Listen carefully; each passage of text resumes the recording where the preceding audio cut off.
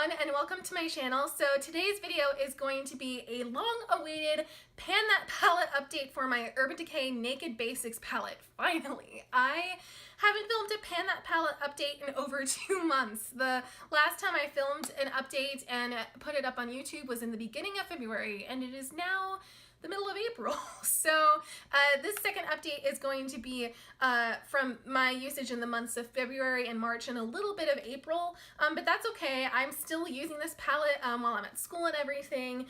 So yeah, even though I haven't been updating you guys, I'm still using this palette a ton. And I have a lot of progress to show you guys, like especially since it's been 2 months, I have definitely a lot of progress to tell you guys about. But before we get into that, let's show you the progress that I've had so far. So first, I'm going to show you what the palette looked like in the beginning of the year. And then here is my palette from the last update.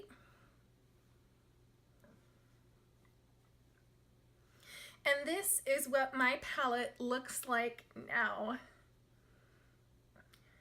So there's definitely a lot of changes from the last update for sure. I have hit pan in 2 eyeshadows since that last update. So the first eyeshadow that I hit pan on was Naked 2, and I could totally see it coming. I use that eyeshadow every single day as a crease shade on my eyes, and I definitely on occasion / almost every day use it in my brows. So I definitely knew that was going to be the first shadow I'd hit pan on, and it was.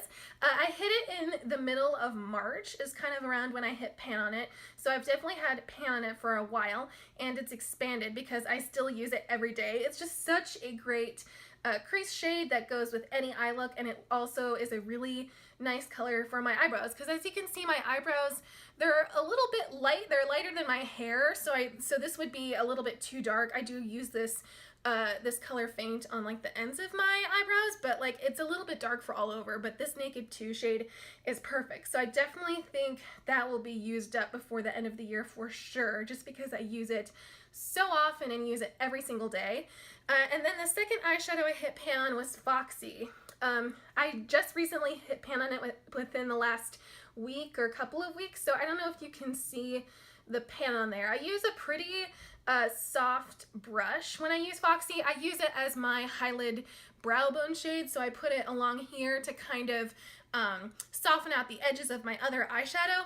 And I also really like Foxy because it's a yellow tone, so if I have any redness or anything like that up in this area, it kind of neutralizes it, which I really like. So that's why I've been using that a ton, and as you can see, I have hit pan on it.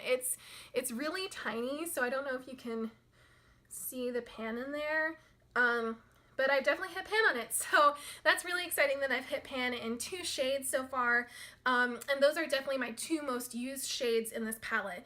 And then after I finish Foxy, I'll definitely move on to Walk of Shame. That's probably the next kind of brow bone highlight color I would use, but I also have used this within the past couple months as a lid color, and I've also used it as an all over the eye color after my eye primer before I apply any other eyeshadow, just to kind of even out my eyes before putting on any other eyeshadow, and it's really great for that. It's a really nice eyeshadow, and I definitely don't think I'll have an issue using it up. Like, I honestly don't think it's a big deal that I've not hit pan on it, just because I know that will be another shade that I will use a ton, but just haven't gotten into because I've been using Foxy so much and Naked 2 so much, and I've also been using my Bare Minerals The 15 Minutes eyeshadow duo that's in my Project Use It for 2017, so I'm not too upset about, you know, not hitting pan on that quite yet, because I know I will use that a ton. The next shade I'm going to talk about is this shade Venus, and I'm actually surprised. I've used this a couple of times within the past couple of months. I've obviously used it as a like inner quarter shade. It looks really pretty. I have not tried it as a face highlighter yet, so I don't know how that will turn out, but one way that I used it that I think looked really pretty was that another product in my Project Use It for 2017 is the NYX Jumbo Eye Pencil in Yogurt, which is sort of a really shimmery pink color. And I typically use that with one of the Bare Minerals eyeshadows in the duo that I'm using also, and that looks really gorgeous, but this over that looks so pretty, since the Jumbo Eye Pencil is a sparkly pink, and then this is kind of a warm, sparkly, not really white, but kind of pearl color. The two mixed together almost looks like a really pretty champagne. It just looks so pretty, and once I kind of am sick of using the Bare Minerals eyeshadow, I definitely will use this over that NYX Jumbo Eye Pencil because it looks so pretty. So I'm definitely glad I found a really kind of unique use for that eyeshadow because, I don't know, I feel like Venus just, it isn't my favorite eyeshadow in this palette. Like, it's okay, but it's just, I don't know, it just doesn't really do it for me. And then the next eyeshadow I'm going to talk about here is this eyeshadow in Faint. And I've actually used this quite a few times as well. I don't use it a ton, but if I do use it, I usually use it at the tail end of my brows, like I mentioned earlier, mixed with Naked 2 kind of near the front, or like most of my eyebrow, like 80% of my eyebrow, and this is the tail end.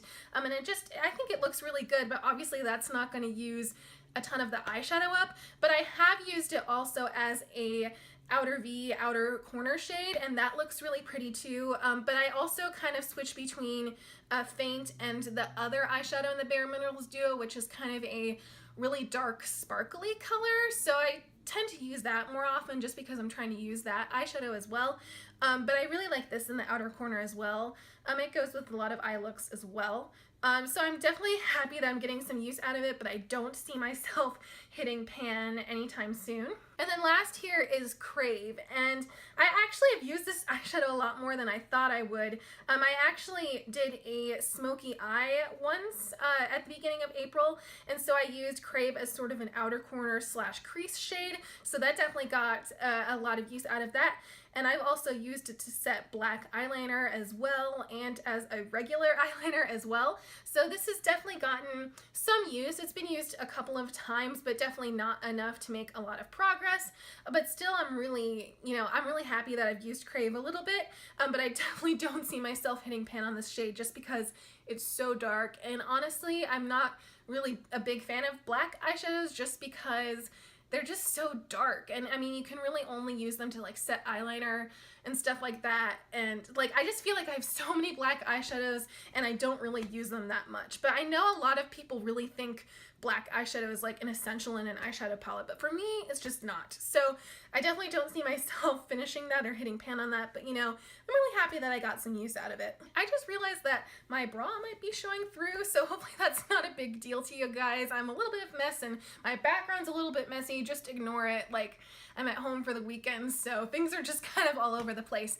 But anyways, I really hope you guys enjoyed my update for my Pan That palette for this year. If you did enjoy this video, then go ahead and give it a thumbs up. And also, if you want to see more of my updates for my Pan That palette this year, then go ahead and click the subscribe button down below. And I hope you guys all have a wonderful day. Bye, everyone.